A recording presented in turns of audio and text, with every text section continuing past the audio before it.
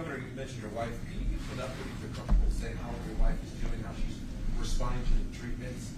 And second, what do you make of this, as you said, hysteria regarding your so-called vacation this past week and your being MIA? Can you speak to that? Yeah, I mean, I guess I should have been at the beach in Delaware, right? And then they would have been really happy with that. You know, it was, I mean, you look, we actually put out the schedule, and I think these people didn't know that. They think because you're not doing a big press conference, you're not doing.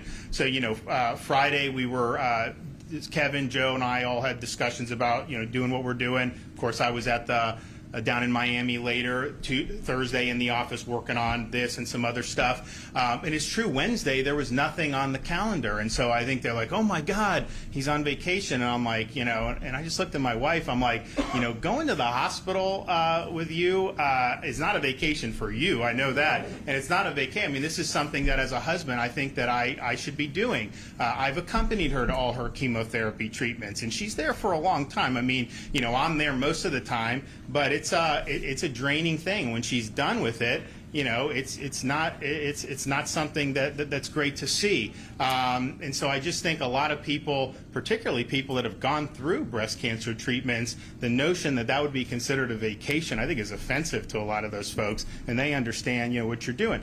At the same time, she's committed to not being in the fetal position the whole time. And, you know, she's not through with it, but she's almost through with it, and I think she's going to end up good on the other end of it.